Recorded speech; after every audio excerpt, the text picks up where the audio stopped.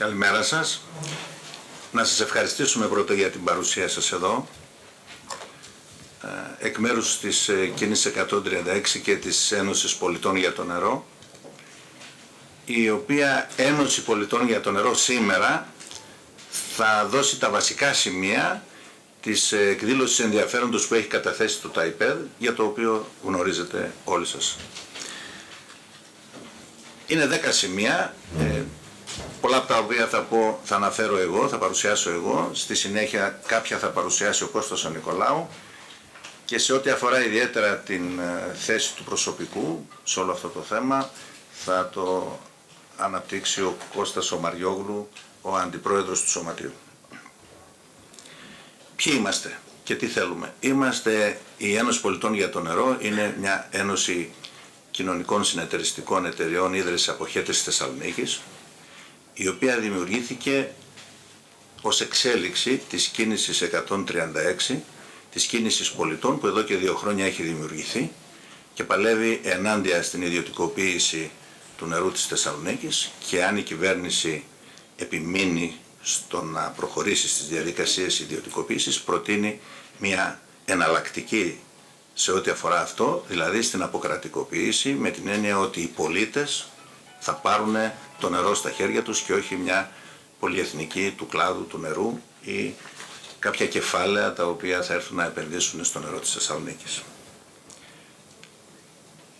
Ο σκοπός μας, που προβλέπεται και στα καταστατικά των συνεταιρισμών μελών της Ένωσης, αλλά και το καταστατικό της ίδιας της Ένωσης, είναι να εξαγοράσουμε το 51% της ΕΙΑΘ, το οποίο είναι προς πώληση από το ΤΑΙΠΕΔ, βεβαίως για να έχουμε μια διαχείριση της ίδρυσης και της αποχέτευσης της Θεσσαλονίκης, η οποία είναι μη κερδοσκοπική, η οποία γίνεται με συμμετοχή των πολιτών, όλων των πολιτών καταναλωτών και όλων όσων θέλουν να στηρίξουν αυτή την υπόθεση, δηλαδή τη μη κερδοσκοπική διαχείριση της ίδρυσης και αποχέτευσης της Θεσσαλονίκης, με έναν τρόπο ο οποίος θα έχει συμμετοχή όλων των καταναλωτών και όλων όσων θέλουν να στηρίξουν αυτή την υπόθεση.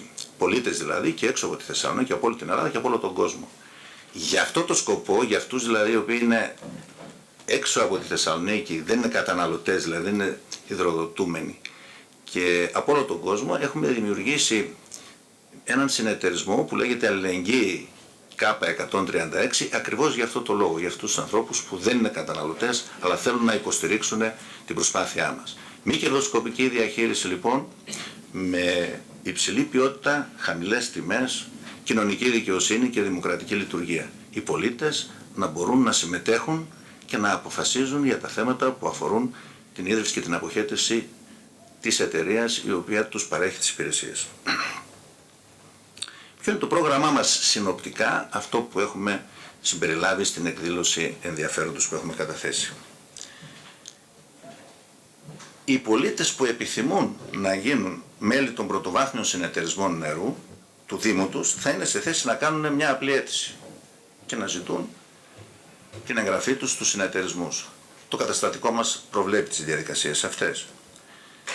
Στους πιο σημαντικούς επενδυτές κοινωνικής ευθύνης του κόσμου και ταμεία μικροδανείων θα επιτραπεί να παρέχουν μικροδάνεια, χρηματοδοτώντας οποιαδήποτε υποψήφια μέλη, ώστε να έχουν ίσες ευκαιρίες συμμετοχής στους συνεταιρισμούς, ανεξάρτητα από την οικονομική τους κατάσταση. Κάποιοι που δεν μπορούν, ας πούμε, να εξαγοράσουν μια μερίδα των 140 ευρώ, μπορούν να έχουν και αυτή τη δυνατότητα.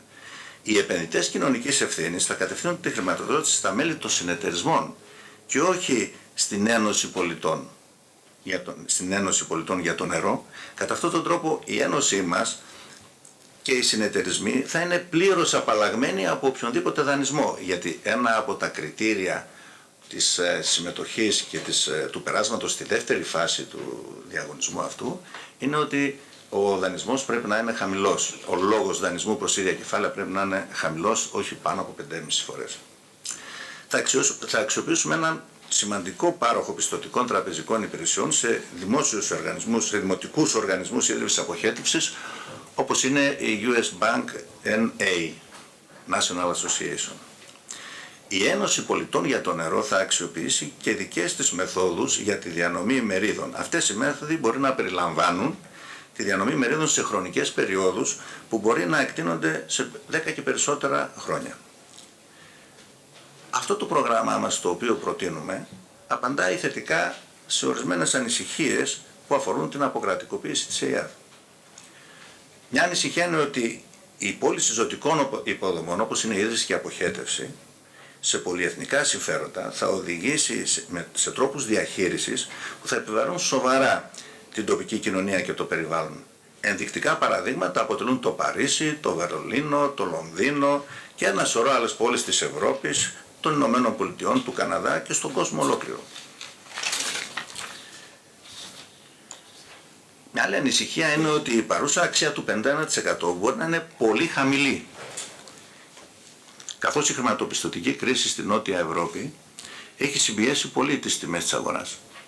Αυτό που λέμε ότι φοβάται ο κόσμος και λογικά ανησυχεί ότι μπορεί να πουληθεί για ένα κομμάτι ψωμί η ΕΙΑΔ. Όμως αν οι ωφελούμενοι μιας μελλοντικής αύξησης της αξίας της εταιρείας είναι οι πολίτες, εμείς Θεσσαλονίκης, όσοι έχουν υποστηρίξει αυτή την προσπάθεια, αν λοιπόν κάτοχοι της είναι οι πολίτες αυτοί, εμείς, τότε δεν θα υπάρχει ανησυχία ότι τα κέρδη από μια μελλοντική αύξηση της αξίας όλης αυτής της εταιρείας δεν θα χαθούν για την Ελλάδα και για τους Έλληνες, για μας δηλαδή. Αντίθετα, θα επανεπενδυθούν στην ελληνική οικονομία και κοινωνία. Μια άλλη ανησυχία είναι ότι ο ξένος επενδυτής της εταιρείας μπορεί να θελήσει να μειώσει αρκετές θέσεις εργασίας, καθώς θα έχει άλλους υπαλλήλους για να παίξουν ειδικούς ρόλους αφού αποκτήσει την εταιρεία. Αν η εταιρεία αποκτηθεί από εμάς, αυτός ο κίνδυνος προφανώς εκμηδενίζεται.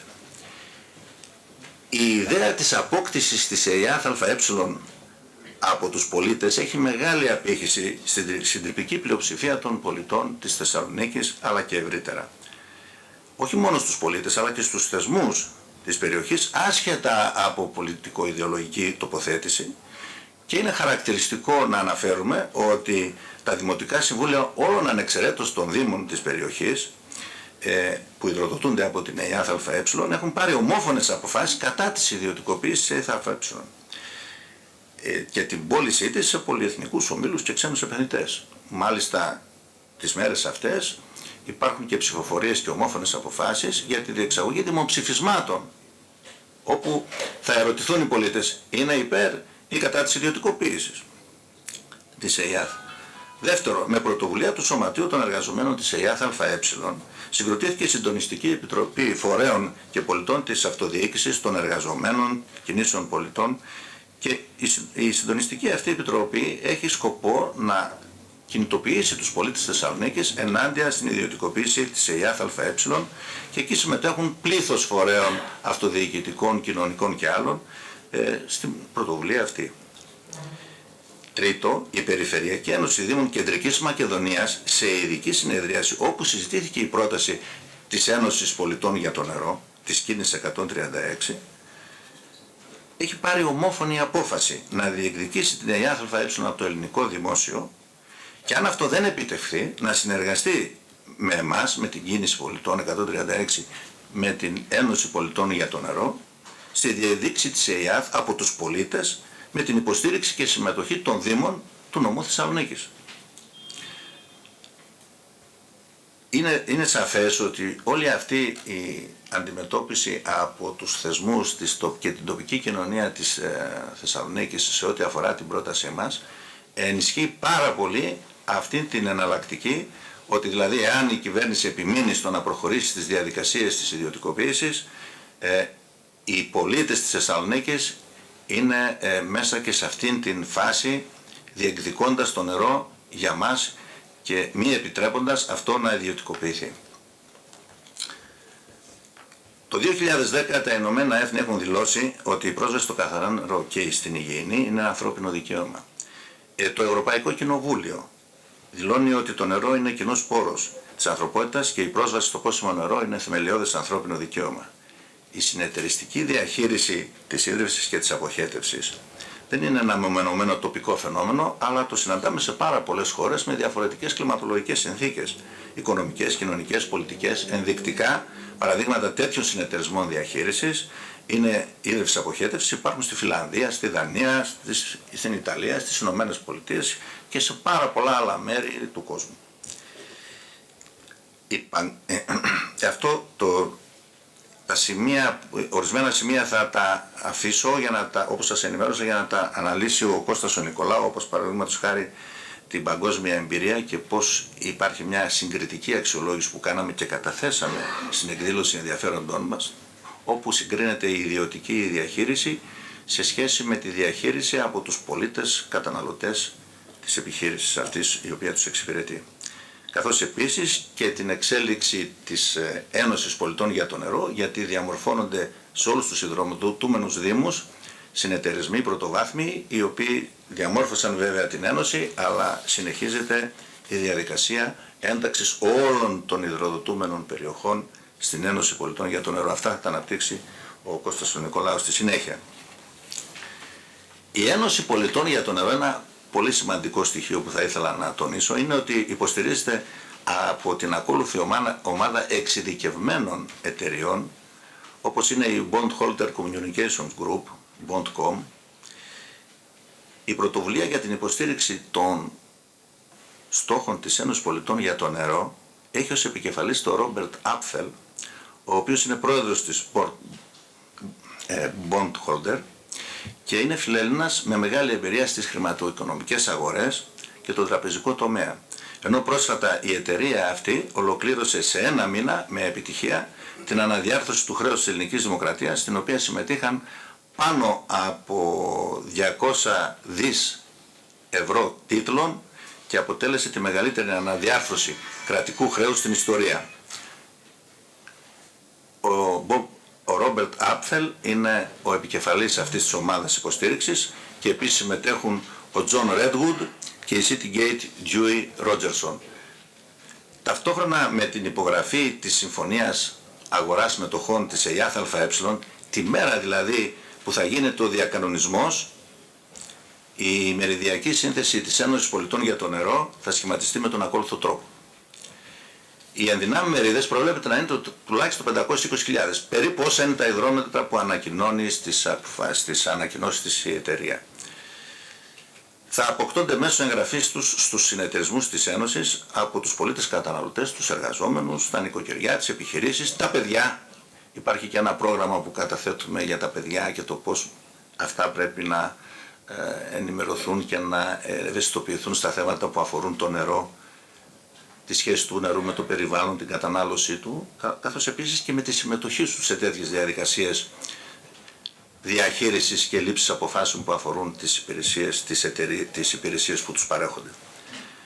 Θα υπάρχουν δύο διαδικασίες εγγραφής στους συνεταιρισμούς που θα τρέχουν ταυτόχρονα. Μία είναι των επενδυτών κοινωνικής ευθύνης και μία είναι των συνεταιρισμών νερού και της Ένωσης Πολιτών για το Νερό. Η απευθείας χρηματοδότηση των πολιτών θα αντληθεί από μια ομάδα 22 επενδυτών κοινωνικής ευθύνης από διάφορες περιοχές. Είναι ένα θέμα που θα σας το αναπτύξει ο Κώστας ο Νικολάου σε λίγο, γιατί θεωρούμε ότι αυτό είναι ένα πολύ σημαντικό θέμα, πρέπει να του δώσουμε ιδιαίτερη έμφαση, γιατί θα δείξει αυτό που λέμε πες μου το φίλο σου να σου πω ποιος είσαι. Μια σύντομη στρατηγική επίσης έχει κατατεθεί για την προσέγγιση της Ένωσης Πολιτών για το Νερό στη συναλλαγή αυτή. Θα στηριχτούμε σε ένα από τα πιο πολύτιμα στοιχεία του συστήματος, που είναι το καταρτισμένο προσωπικό της εταιρείας. Σε αυτό το θέμα θα αναφερθεί ο Κώστας ο Μαριόγλου αμέσως μετά τον Κώστα τον Νικολάου. Και τα βήματα που έχουμε κάνει ως Ένωση Πολιτών για το Νερό σε αυτόν τον τομέα που αφορά το προσωπικό, επίσης θα τα εξηγήσει ο Κώστας ο Μαριόγλου. Τέλος, στην πρότασή μας περιγράφονται με σαφήνεια οι στόχοι και η στρατηγική επίτευξής τους σε ό,τι αφορά την παροχή του νερού, το αποχετευτικό δίκτυο, τις λειτουργικές μεταρρυθμίσεις που πρέπει να γίνουν, τις νέες επιχειρηματικές μονάδες που προτείνουμε, ενώ ιδιαίτερη έμφαση δίνεται στην αντιμετώπιση του ζητήματος του αυξημένου ποσοστού διαρροής του νερού, που είναι και σπάνιος πόρος, στο δίκτυο της ΕΙΑΘ σήμερα, που είναι 26%. Εγώ σας ευχαριστώ που με προσέξατε και παρακαλώ τον Κώστα να συνεχίσει την παρουσίαση. Καλημέρα και από μένα. Θα σταθώ ένα πρώτο σημείο στο οποίο θα αναφερθώ, όπως ανέφερε και ο Λάζαρος προηγούμενα, είναι μια συγκριτική αξιολόγηση ανάμεσα σε δύο δυνατότητες διαχείρισης ΕΙΑΘ, που είναι η ιδιωτική διαχείριση ή η συνεταιριστική από τους πολίτες, στα χέρια των πολιτών, και εν συνεχεία από ακριβώς βρισκόμαστε εμείς και ποιοι είναι οι φορείς που στηρίζουν την προσπάθεια, οι φορείς οι διεθνείς που στηρίζουν χρηματοδοτικά την προσπάθεια.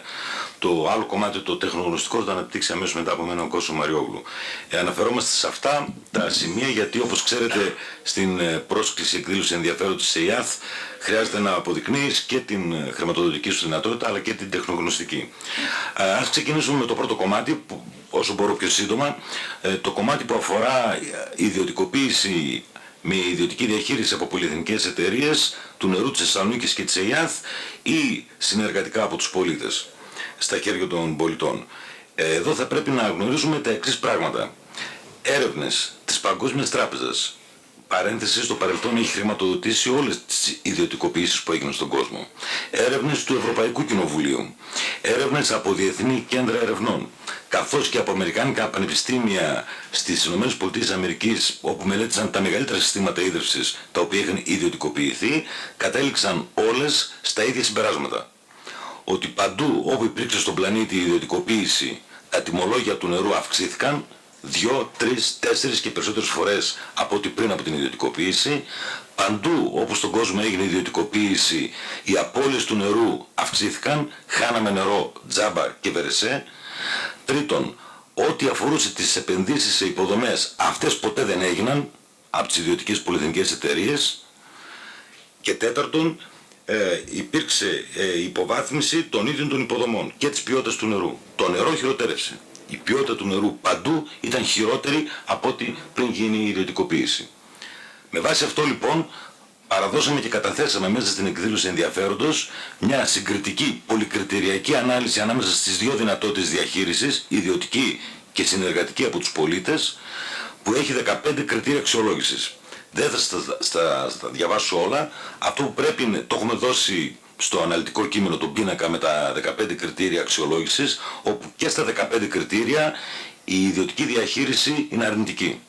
Και όπου και στα 15 κριτήρια η διαχείριση από τους ίδιους πολίτες συνεργατικά με το σύστημα που ανέφερε πριν ο Λάζαρος Αγγέλου βγαίνει θετική. Δεν υπάρχει ούτε ένα κριτήριο που να δικαιολογεί την ιδιωτικοποίηση από πολυεθνικές εταιρείες της ΕΙΑΘ, σε πλήρη αντίθεση με τη συνεργατική. Πού ακριβώς βρισκόμαστε εμείς? Η πρόταση που κατατέθηκε από την Ένωση των Συνεταιρισμών Νερού, η οποία σε πρώτη φάση η Ένωση αυτή συγκροτήθηκε από 6 συνεταιρισμούς. Της πρώτης δημοτικής κοινότητας του Δήμου Θεσσαλονίκης, στο κέντρο πόλης, της τέταρτης δημοτικής κοινότητας που είναι η Τούβα, της πέμπτης δημοτικής κοινότητας που είναι η περιοχή Χαριλάου, Φάλη, Ροντεπό, του συνεταιρισμού που αντιστοιχεί στο Δήμο Πηλαία Πανόραμα Χορτιάτη, δυτικά από ο συνεταιρισμός του Δήμου Ευόσμου Κορδελιού, και ο έκτος συνεταιρισμός είναι ο συνεταιρισμός, όπως αναφέρθηκε και πριν, Αλληλεγγύη K136, όπου συμμετέχουν πολίτες εκτός της Θεσσαλονίκης, από την υπόλοιπη Ελλάδα και από όλο τον κόσμο, που αυτό προέκυψε ως προϊόν της συμμετοχής της κίνησης 136 εδώ και 2 χρόνια στο ευρωπαϊκό και παγκόσμιο κίνημα κατά της ιδιωτικοποίησης του νερού. Και οι οποίοι βεβαίως στηρίζουν την προσπάθειά μας από την πρώτη μέρα. Πέρα από την ομάδα των συμβούλων που αναφέρθηκε πριν με την Bondcom και τους συνεργάτες της, η οποία το σημαντικό σε αυτήν ποια είναι, δεν είναι γενικός σύμβουλοι, είναι ότι έχουν εμπειρία και την πλατφόρμα για να κάνει κανείς πολύπλοκες συναλλαγές. Όταν μιλάμε για ένωση συνεταιρισμών όλων των πολιτών της Θεσσαλονίκης, μιλάμε για πάνω από 500.000 άτομα, πάνω από 500.000 συνεταιριστικές μερίδες στο τέλος, που θα έχει ο κάθε πολίτης, που έχει ας πούμε ένα υδρόμετρο, αλλά και περισσότερο από αυτό. Αυτό αποτελεί μια φοβερά πολύπλοκη διαδικασία, όπως καταλαβαίνετε. Δηλαδή όταν με 140 ευρώ πας να πάρεις μια μερίδα και είναι 500 και χιλιάδες αυτοί που θα το κάνουν, πρόκειται για μια φοβερά πολύπλοκη συναλλαγή. Αυτή η ομάδα συμβούλων αυτή την πλατφόρμα έχει και αυτή την εμπειρία έχει. Με κυριότερη αυτή που ανέφερε πριν από λίγο ο Λάζαρος, που κάνανε τη συναλλαγή με την μείωση του ελληνικού χρέους, με το κούρεμα τέλος πάντων του ελληνικού χρέους. Ποιοι στηρίζουν χρηματοδοτικά την προσπάθεια αυτή? 22 φορείς από όλο τον κόσμο. Είναι από τη Γαλλία, την Ιταλία, την Αγγλία, τη Γερμανία, τη Δανία, την Νορβηγία και τις ΗΠΑ. Τι είναι αυτοί οι φορείς? Τη λίστα επίσης την έχουμε δώσει στη δημοσιότητα σήμερα. Θα σας πω τι είναι. Πρόκειται για ηθικές τράπεζες, είναι συγκεκριμένος ο όρος αυτός, οι οποίες είναι μη κερδοσκοπικές, ηθικές, από τη λέξη ηθική. Μη κερδοσκοπικές συνεταιριστικές τράπεζες, οι οποίες δουλεύουν με αυτοδιαχειριζόμενες ομάδες και έχουν το εξής βασικό χαρακτηριστικό. Παίρνουν μικρές δωρεές και μικρές επενδύσεις και δίνουν επίσης μικρές πιστώσεις.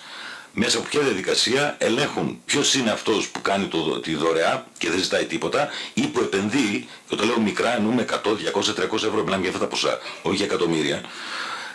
Ελέγχουν ποιος είναι αυτός που κάνει τη δωρεά ή που κάνει την επένδυση στην τράπεζα και δίνει τα χρήματά του στην τράπεζα και από πού προήλθαν αυτά.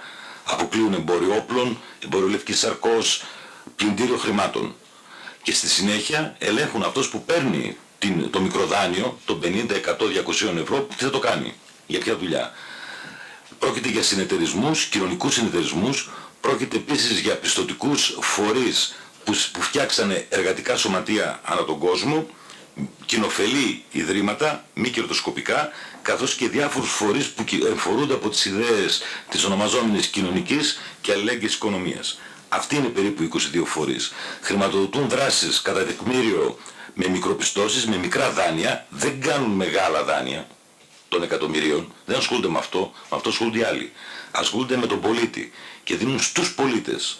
Δίνουν στους πολίτες μικρά δάνεια για να τους βοηθήσουν. Με επιτόκιο το οποίο μπορεί να κυμαίνεται από 0, καθόλου δηλαδή, τόκος, και το πολύ 3%, ανάλογα με το ποιος είναι ο φορέας.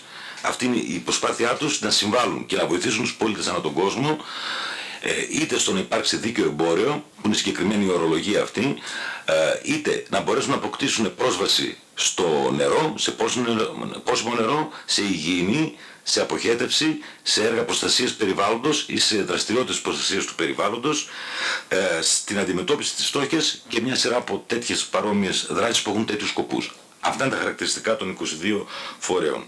Θα πρέπει να σημειώσουμε, και το έχουμε δηλώσει και στην εκδήλωση ενδιαφέροντος, ότι οι συγκεκριμένοι 22 φορείς από όλο τον κόσμο δεν επιθυμούν να είναι ιδιοκτήτες των μερίδων, των συνεταιριστικών μερίδων της Ένωσης των Πολιτών. Εννοείται όχι των μετοχών της ΕΙΑΘ. Αυτές θα πάνε στην Ένωση, εξυπακούεται. Αλλά δεν επιθυμούν να είναι ιδιοκτήτες των μερίδων. Να στηρίξουν θέλουν την προσπάθεια χρηματοδοτικά προς τους πολίτες. Όχι προς τους συνεταιρισμούς και την Ένωση. Η Ένωση και οι συνεταιρισμοί τη στιγμή της συναλλαγής, εφόσον όλα πάνε καλά, θα έχουν χρέος 0 ευρώ. Το ΤΑΙΠΕΔ ζήτησε να αποδειχτεί ότι όποιος καταθέτει πρόταση ότι έχει διαθέσιμα 80 εκατομμύρια. Οι 22 φορείς που σας ανέφερα διαθέτουν 30 δισεκατομμύρια. Αυτά με τους φορείς. Τα υπόλοιπα θέματα που αφορούν την τεχνογνωσία και άρα το ότι εμείς στην ΕΙΑΘ, την υπάρχουσα, στηριζόμαστε, θα μιλήσει ο Κώστας ο Μαριόγλου.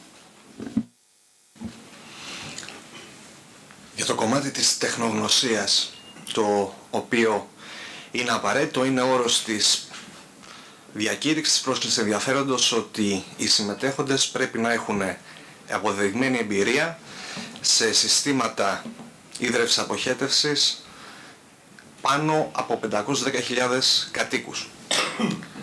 Είναι προφανές ότι η Θεσσαλονίκη έχει καταγεγραμμένους πολύ περισσότερους από 510.000 κατοίκους. Είμαστε γύρω στο 1,5 εκατομμύριο, όλο το πολεοδομικό συγκρότημα, και μεγάλο μέρος, το συντριπτικά μεγαλύτερο μέρος αυτού υδροδοτείται και αποχετεύεται από την ΕΙΑΘ. Τις εγκαταστάσεις της ΕΙΑΘ δεν υπάρχει κανείς που να τις γνωρίζει καλύτερα σε κάθε τους λεπτομέρεια από αυτούς που τη λειτουργούν 24 ώρες το 24ωρο, και αυτοί δεν είναι άλλοι από τους εργαζόμενους της εταιρείας.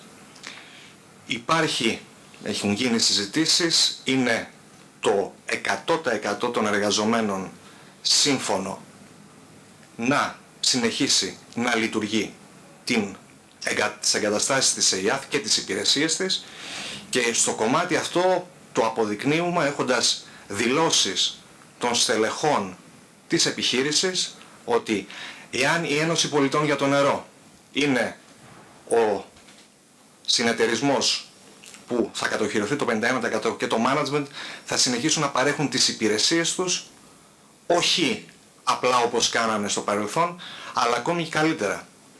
Εδώ θέλω να προσθέσω ότι είναι μεγάλη η μερίδα των συναδέλφων και δεν είναι λίγοι αυτοί, οι οποίοι από όλες τις βαθμίδες και αν προερχόντουσαν και έχουν συνταξιοδοτηθεί, έχουν δηλώσει τη βούλησή τους να προσφέρουν και όχι να εργαστούν, να προσφέρουν στο να πάει αυτή η προσπάθεια καλά με όλες τους τις δυνάμεις.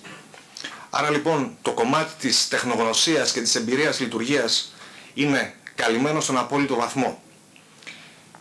Ποιο είναι το όραμά μας για αυτή την προσπάθεια? Πιστεύω ότι έχει γίνει αρκετά ξεκάθαρο και τους αποδέκτες του φακέλου της εκδήλωσης ενδιαφέροντος, αλλά και ελπίζουμε μέσα από εσάς και σε όλους τους πολίτες ότι όχι μόνο θέλουμε, αλλά μπορούμε, όχι μόνο έχουμε τα χρήματα, αλλά έχουμε και την εμπειρία να κάνουμε τη δουλειά καλύτερα από την κάθε πολυεθνική εταιρεία η οποία φλερτάρει την ΕΙΑΘ. Αυτό που μένει είναι να μεταδώσουμε το όραμα, το τι θέλουμε να γίνει σε αυτή την πόλη. Πιστεύουμε ότι η εταιρεία Ίδρυυσης Αποχέτευσης Θεσσαλονίκης λειτουργεί καλά.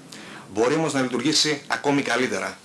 Υπάρχουν τομείς στους οποίους μπορεί να επεκταθεί, τομείς οι οποίοι δεν έχουν αξιοποιηθεί ακόμη και μπορούμε να τους αναπτύξουμε. Υπάρχει και γνωρίζετε όλοι σας πάρα πολύ καλά, γιατί είστε παλιοί δημοσιογράφοι, ότι υπάρχει ένα μεγάλο πρόβλημα και το πρόβλημα αυτό λέγεται λιματολάσπη. Υπάρχει η λύση σε αυτό εδώ, έχουμε τη γνώση. Τι μπορούμε να κάνουμε τη λιματολάσπη αυτή εδώ και πώς μπορούμε να κάνουμε τη διαχείρισή της, όχι ένα κόστος πρόσθετο στους πολίτες μέσω ενός ειδικού τέλους, αλλά πώς μπορούμε να κάνουμε τη διαδικασία αξιοποίησης της λιματολάσπης ένα επικερδές κομμάτι για την εταιρεία Ίδρυυσης Αποχέτευσης Θεσσαλονίκης. Το όραμά μας είναι να αλλάξουμε τα δίκτυα που χρειάζονται αντικατάσταση, δίκτυα τα οποία δεν έχει δοθεί η πρέπουσα σημασία τόσα χρόνια, να βελτιώσουμε και ξέρουμε πώς την ποιότητα του πόσιμου νερού, και όπως είπαμε όταν ξεκινήσαμε αυτή την προσπάθεια, λίγο πιο πέρα από εδώ, από το Λευκό Πύργο πριν από 2 χρόνια, θέλουμε αυτή η πόλη, σε αυτή την πόλη, στο τραπέζι του κάθε πολίτη, του κάθε καταναλωτή, του κάθε μέλους του συνεταιρισμού που θα του ανήκει από εδώ και πλέον το νερό, να αντικαταστήσει το μπουκάλι, το εμφιαλωμένο το νερό με μία κανάτα. Σας ευχαριστούμε.